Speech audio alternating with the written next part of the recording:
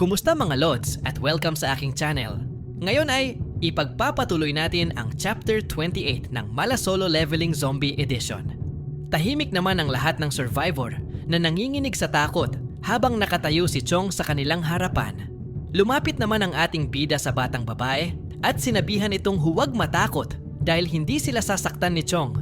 Ngunit bigla namang sumagot ang bata na isa raw itong super monster na pumapatay ng hindi kumukurap. Nagtaka naman ang ating bida sa narinig, kaya tinanong niya ang bata kung nakakita na ba ito ng halimaw na katulad ni Chong. Agad namang sumagot ang isang babae na nakakita na sila nito at dahil dito, muling napatanong ang ating bida kung saan nila ito nakita na sinagot naman ng babae na sa decoration market sa East City niya ito nakita. Napaisip naman ang ating bida kung bakit ang aga lumitaw ng mga mutant dahil ang akala niya ay sa susunod pang 2 buwan ito magsisimula. Nagtanong naman si Chong sa ating bida kung ano ba ang tinutukoy nila.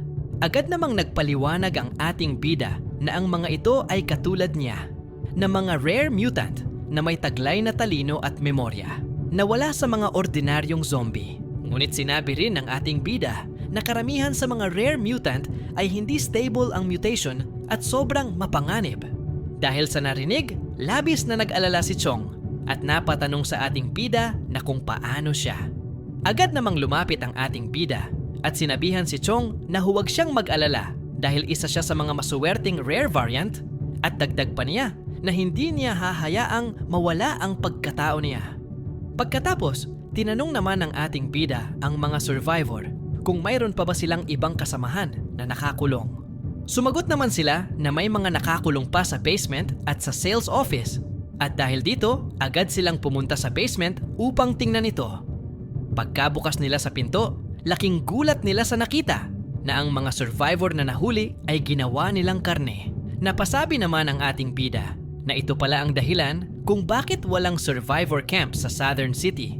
At napatanong din siya na sa dami ng tinapos nila ay kaya ba nila itong ubusin.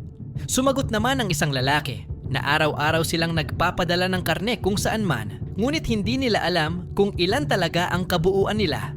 Napasabi naman sa isip ang ating bida na alam niya kung ilan sila, ngunit nagtataka siya kung bakit sobrang dami ng karne ni hindi naman ito kayang ubusin nila. Napaisip tuloy siya kung pinapakain ba nila ito sa mga zombie.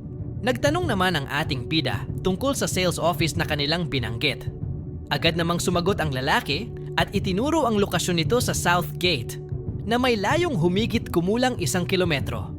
Ikinuwento rin niya na ang mga bagong dakip ay pansamantalang ikinukulong doon at kapag hindi napili o lumabag sa mga patakaran, ipinapadala sila rito upang gawing karne. Habang patuloy na nagsasalita ang lalaki, bigla namang natahimik ang ating bida nang mag-notify ang system na mayroon siyang bagong misyon, ang palakihin ang kanyang komunidad. Samantala, sa sales office, habang nagkwekwentuhan ang 2 bantay, bigla namang lumitaw si Chong sa kanilang likuran at mabilis silang tinapos. Sa isang silid naman, may 4 na kababaihang nakakulong at bigla silang napalingon nang may narinig silang ingay sa labas. Napatanong naman ng isang babae kung ano ang nangyayari sa labas habang umiiyak naman sa takot ang isa pa at nagsabing hayaan na lang ang mga kalalakihan sa anumang ginagawa nila. Basta huwag lang nilang hayaan silang makapasok sa kwarto. Maya-maya, biglang gumalaw ang lock ng pinto kaya mas lalo pang natakot ang isa at paulit-ulit na binibigkas ang salitang, huwag silang papasok. Ngunit nang bumukas ang pinto, ang ating bida lang pala iyon na agad nagsabi na lumabas na silang lahat. Habang naglalakad sila kasama ang ating bida, nagtanong ang isang babae kung totoo bang bibigyan sila nito ng ligtas na matutuluyan. Sumagot naman ang ating bida na oo, pero kapalit nito ay kailangan nilang magtrabaho at nang walang pagdadalawang isip, agad silang pumayag at nagsabing wala itong problema sa kanila dahil malalakas sila. Dahil dito, sinabi ng ating bida na hindi na sila magsasayang ng oras kaya agad silang umalis sa lugar. Samantala, pagkarating nila sa kuta, agad pinaalam ni Shanshan na bumalik na ang ating bida at sinabi niyang bubuksan na niya ang gate. Ngunit pinigilan siya ni Jiangqi at sinabihan na titignan muna nila ang mga ito dahil hindi agad pinasok ng ating bida ang bus sa loob. Samantala, sinabihan naman ng ating bida ang mga nailigtas niyang survivor na ito ang kanyang kuta Ngunit hindi muna sila makakapasok sa loob. Nagtaka naman ang iilan sa kanila at agad na patanong kung saan sila titira. Sumagot naman ang ating bida na pansamantala muna silang mananatili sa pinatayo niyang shelter sa labas na may bakal na bakuran. Idinagdag din ng ating bida na aayusin nila ang mga hindi pa natatapos na gusali sa paligid upang mapalawak ang kanilang komunidad. Dahil dito, agad silang nagpasalamat sa ating bida dahil sa pagligtas sa kanila at sa pagbibigay ng kanilang matutuluyan. Kinabukasan, sa Bichui Mountain, may dumating naman na sasakyan at isang malaking truck upang kumuha ng karne. Nagalit naman ang babaeng sakay nito dahil wala man lang sumalubong sa kanila.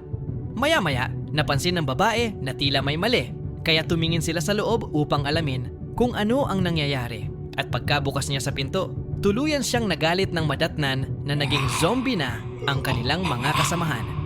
Nang makita sila ni Shushong, ay agad silang inatake, ngunit binatukan lang siya ng babae at pagkatapos ay ginamit ang kanyang dagger upang tapusin ang lahat ng zombie.